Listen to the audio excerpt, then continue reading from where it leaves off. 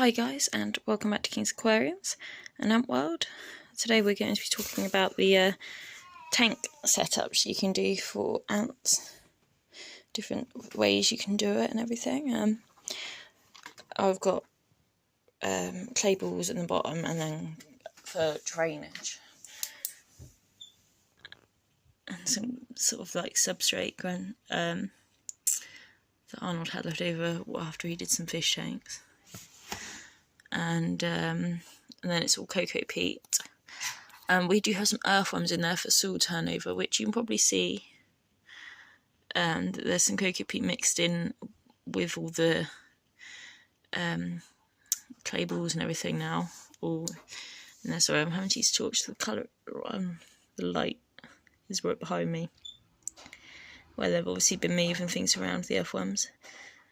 And that's just for soil turnover and stuff, because it was starting to smell a bit. Now it doesn't smell. And you can see all the different tracks the earthworms have made. And then these are good because you can add like clean-up crews. So a lot of people put, I think they're called silvertails, springtails. That's the word. And different creatures in as clean-up crews with their ants. And springtails are good because ants don't tend to really look at them as food. They can just live in peace and that, which is good. They get rid of all the ants' waste and stuff, so you don't have to worry too much about that. You can add plants as well, which are really nice. I've got some lily turf here, some Monte Carlo, which you probably recognise from Arnold's fish tanks, some spider plants, and then, well, this was an aquarium plant that grew up out of the tank. Well, he had to cut it because I was just bending over with when the lid was closed and stuff, and it had some good roots on it, so I've just put it in here just to see what happens. We've also got some more, if I come up here, Monte Carlo up here, do different types, and then you probably notice there's some old Slovenian nattan, and obviously, well, the earthworms seem to eat it and everything, and we seem to have a couple of slugs in here. I don't know where they've come from, but they're in here. That one's eating some of the food, which has been fished off the wood. Because we have darkling beetles in here. We had a few mealworms in. They turned into beetles, so they're in the lily turf at the minute. That's another aquarium plant he had to cut, which had roots, so we just put it in to see what would happen. It does seem to be growing, which is quite cool. But obviously anything that doesn't like grow properly or dies, then the worms and that will eat them, and that'll be good for the waste and stuff. But they're good because it's just so natural, so much more natural, like what sort of habitats the ants would live in. You know, they have all the soil substrate, can dig around and everything. You make it look pretty. I've made it look pretty. Not that the ants really appreciate it, but you know. And then you can have plants in. Some ants though do tend to destroy plants and then use them in their nest building. You just have to.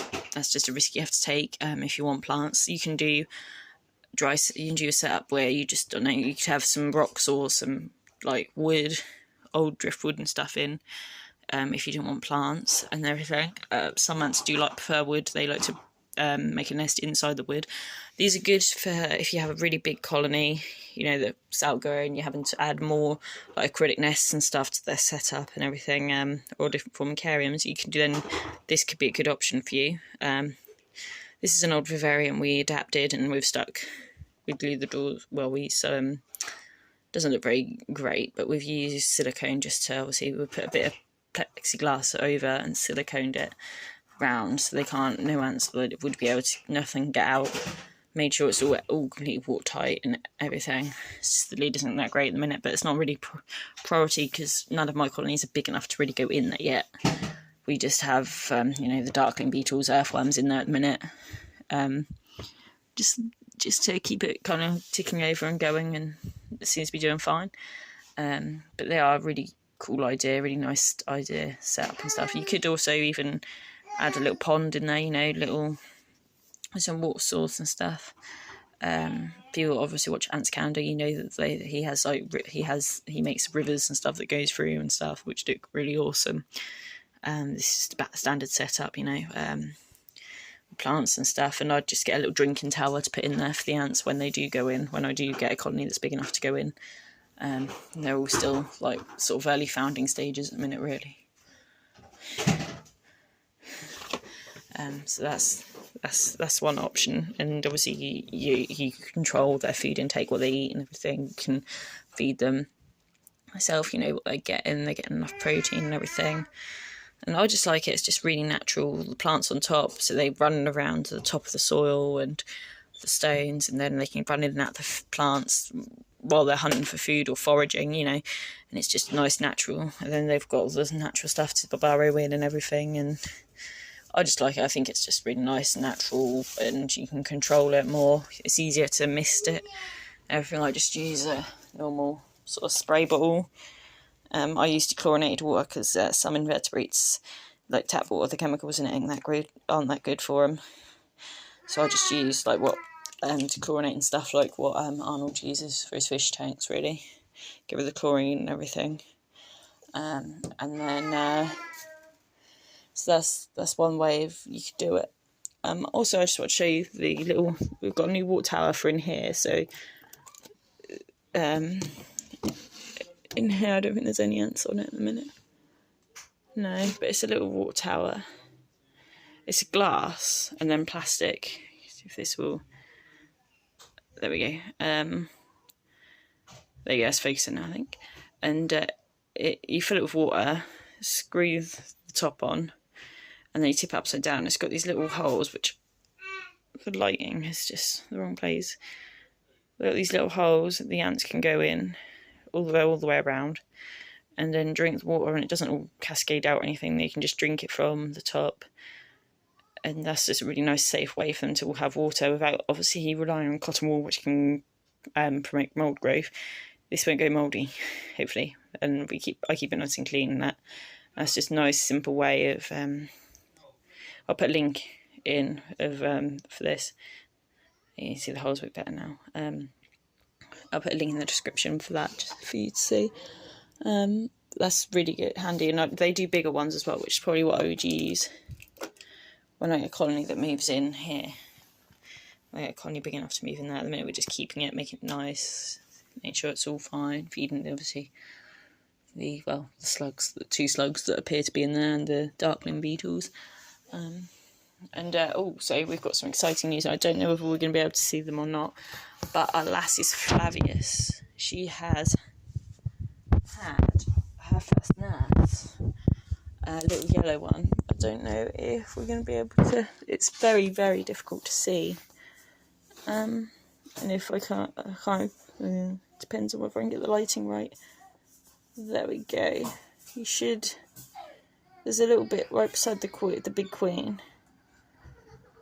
Right about there.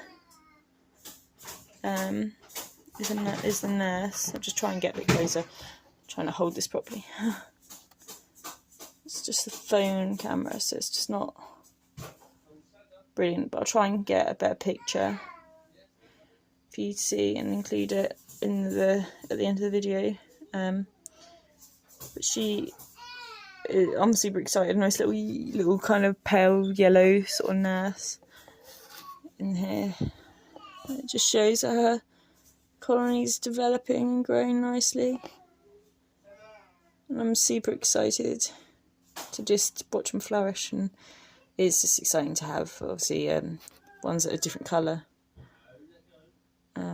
But yeah, I'll try and get a better picture in a minute. Yeah, so her colony's now growing, developing, and I'm just super excited to see them, to hopefully see them grow and flourish and everything.